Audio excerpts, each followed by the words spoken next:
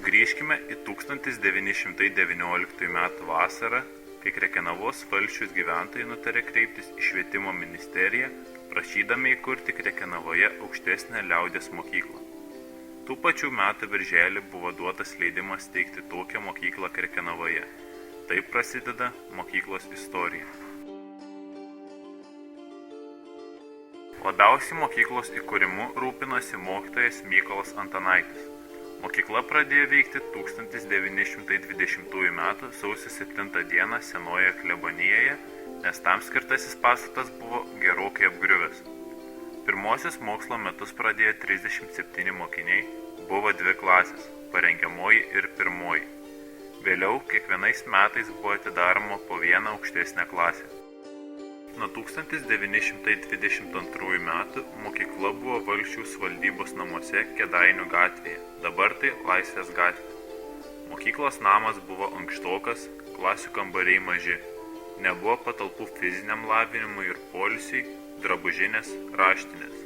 1927 metais, kai Krekenavoje lankėsi prezidentas Antanas Smetona, mokykloje jau mokėsi 96 mokiniai.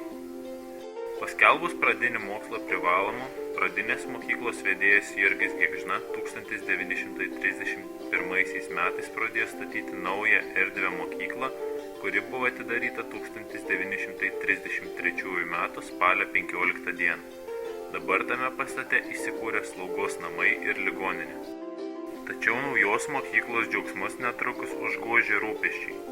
1932 metais valstybėje prasidėjusi švietimo vidurinių mokyklų tinklo reforma palietė ir Krekenavos vidurinę mokyklą.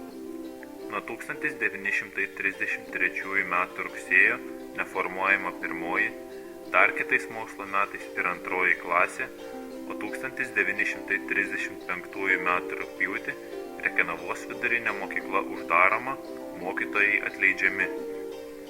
1940 metų vasarą Lietuvai netekus nepriklausomybės ir prasidėjus Antrajam pasauliniam karui, pradinės mokyklos veikla nenutrūko, nors veikė tik 4 klasių pradinė mokykla. 1944 metais sovietams antrą kartą okupavus Lietuvą, spalio mėnesį Krekenavoje vėl pradėjo veikti progimnazija. 1947 metais progimnazija reorganizuota į gimnaziją. 1949 metais išleista pirmoji abiturientų laida, o gimnazija, prijungus pradinę mokyklą, pertvarkyta į vidurinę mokyklą. Mokinių skaičius išaugo iki 489. Pokario metais mokykla glaudėsi įvairiose miestelio pastatuose. Dabartinėme mokyklos kieme Laisvės gatvėje stovėjo pastatas, kuriame buvo įsikūrusi Valsčiaus savivaldybė ir progimnazija.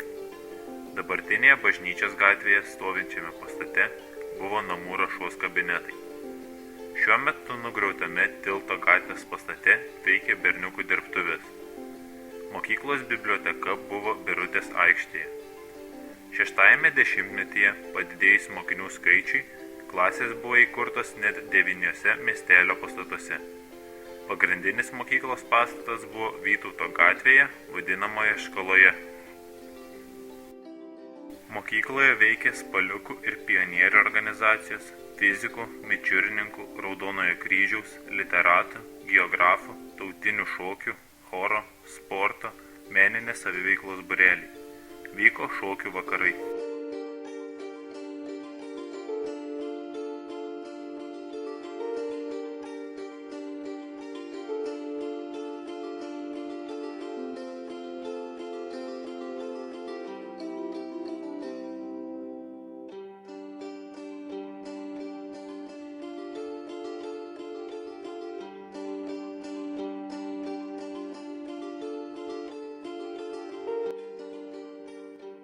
...1958 metais Ramygalos rajono švietimo skyrius įpareigojo Krekenavos vidurinę mokyklą suorganizuoti zoninės turizmo varžybas. Jas organizavo mokytojai Birutė ir Vladas Klikunai. Taip prasidėjo turistų, vėliau orientacininkų era mokykloje.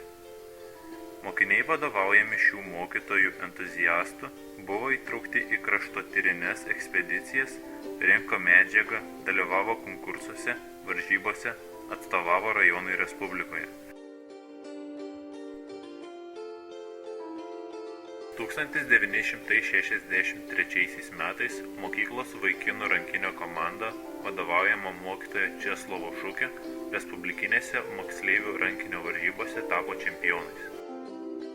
Pokario metų ir vėlesnių dešimtmečių mokyklos mokiniai privalėjo dirbti visuomeniai naudingą darbą, tvarkyti mokyklos aplinką, sporto aikštyną, karių kapines, dirbti mokyklos bandomajame sklype, rinkti metalo laužą ir makulatūrą.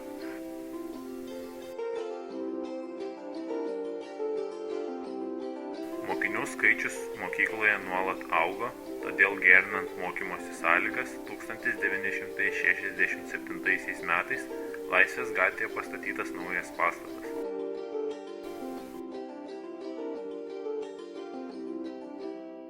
Geresnės darbo sąlygos skatino siekti aukštesnių mokymosi rezultatų, plėsti popamokinę veiklą. Mokiniai dalyvavo įvairių dalykų olimpiadose, sportinėse varžybose, popamokinėje veikloje, vyko į ekskursijas ne tik po Lietuvą, bet ir į kitas respublikas.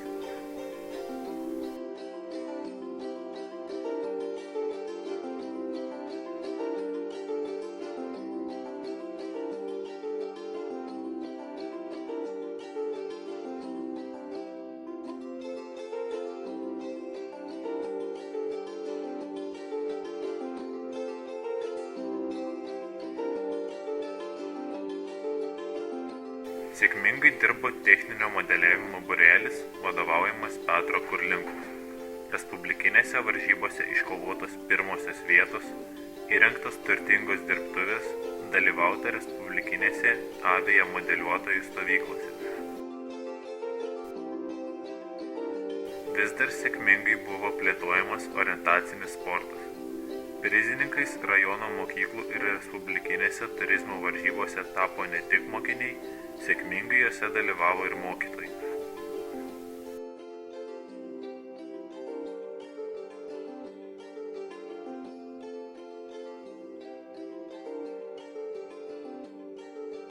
Tradiciniu renginiu tapo turisto diena, kuria mokyklos kolektyvas užbaigdavo mokslo metus.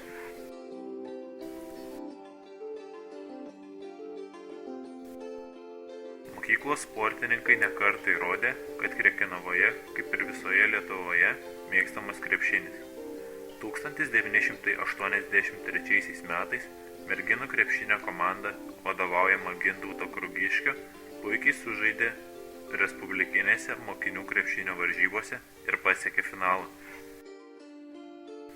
Didėjant mokinių skaičiui, 1980 metais mokėsi 643 mokiniai, plėtėsi ir mokykla.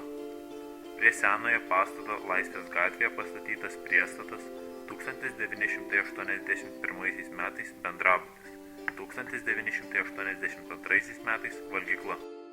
Nepriklausomybės metais virš jos pastatytas antstatas, kuriame įsikūrė pradinės klasės ir informatikos kabinetai. 1989 metais mūsų mokykla tampa tautinė. Tai skatina keisti mokymo turinį ir keistis patiems. Laisvės pojūtį, norą kurti ir dirbti Lietuvos labui sustiprina atkurta šalies nepriklausomybė. Aukštais rezultatais džiugina dalykų, olimpiadų ir konkursų dalyviai. Naujų pergalių pasiekė mokyklos sportininkai. Nuolat besikeisdama ir atsinaujindama mokykla sugebėjo išsaugoti ir tai, kas vertinga, buvo sukurta sovietmečiu. Viena iš seniausių tradicijų – naujametinis karnavalas, į kurį kasmet susirinka ne tik esami, bet ir buvę mokiniai. Karnavale kartu su mokiniais dalyvauja ir mokytojai.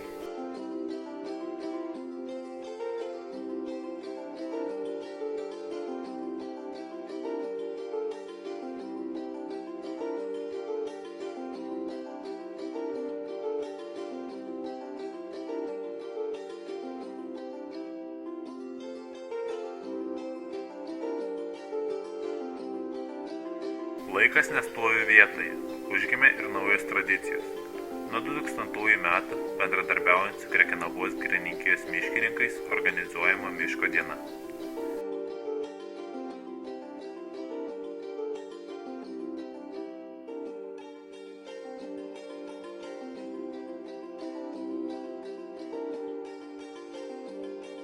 Du 2004 metais pradėtas ir sėkmingai tebevyksta projektas Klojimo teatras.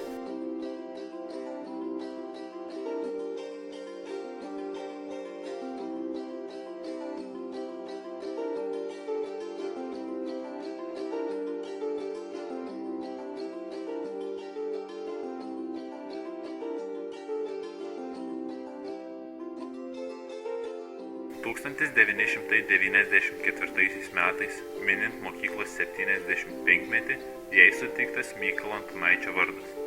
2004 metais įsteigta Mykolo Arkangelo premija, kuria šviesaus atminimo mokytojo Mykolo Antanaičio giminaičiai kasmet apdovanoja vieną iš mokytojų arba mokinių, labiausiai nusipelniusių garsinant mokyklos vardą, puoselėjant jos tradicijas. 2006 metais akredituota vidurinio ugdymo programa, o 2007 metais kovo 22 dieną mokykla tapo gimnazija. 2011 metų rudenį gimnazijoje vyko išorės auditas. Jo išvadose pažymėta, kad rūpinamasi tradicijų kūrimu ir puoselėjimu, mokinių ir mokytojų santykiai kuria mokymuisi palankų mikroklimatą, mokiniams teikiama pagalba, kuriama estetiška ir jauki mokymosi aplinka, tenkinami gabių mokinių poreikiai, svarūs mokinių mokymosi pasiekimai, demokratiški gimnazijos bendruomenės tarpusavio santykiai.